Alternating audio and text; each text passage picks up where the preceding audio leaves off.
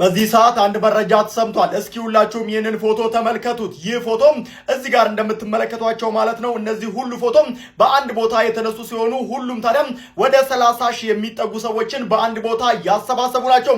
ይህንን መረጃ ማዕዶት ለኢትዮጵያ በሚሊኒየም አዳራሽ በሚካሄደው ፕሮግራም ላይ አብሯችሁ እንዴት ለምትፈልጉት ጓደኛችሁ ላኩለት። 14ኛው ማዕዶት ለኢትዮጵያ ልዩ ኦርቶዶክሳዊ የኪነ ጥበብ መርሃ ግብር የፊታችን እሑድ ጥር 24 ከቀኑ 6 ሰዓት ጀምሮ ሚሊኒየም አዳራሽ በ10 ሺዎች በሚገኙበትም እንደሚደረግ ተገልጿል። የዚህ ታላቅ መርሃ ግብር ሙሉ ገቢው ታዲያ ለመልዕልተ አድባራት ቀራኒዮ መድኃኔዓለምና የቅዱስ ገብርኤል ቤተክርስቲያን ህንፃ ማሰሪያ እንደሚውል ተገልጿል።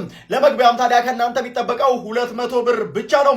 የዚህን መግቢያ ትኬቶች ደግሞ ለማግኘት በቀላሉ በቴሌብር ሱፐር አፕ ላይ ገብታችሁ ማግኘት ትችላላችሁ። አሊያም ደግሞ እዚህ ጋር በተዘረዘሩት በአሃዱ ባንክ ቅርንጫፎች በቀጥታ ታገኙታላችሁ።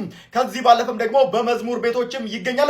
እዚህ ጋር በምትመለከቷቸው በመዝሙር ቤቶችና በሌሎች ቦታዎችም ትኬቱን ማግኘት ትችላላችሁ። በዚህ ልዩ መርሃ ግብር ላይ ለመገኘትና ተጨማሪ መረጃንም ከፈለጋችሁ ታዲያ እዚህ ጋር በማስቀምጠው ስልክ ቁጥር በቀጥታ በመደወል አዘጋጆቹን ልታገኟቸው ትችላላችሁ። መልካም ቀንም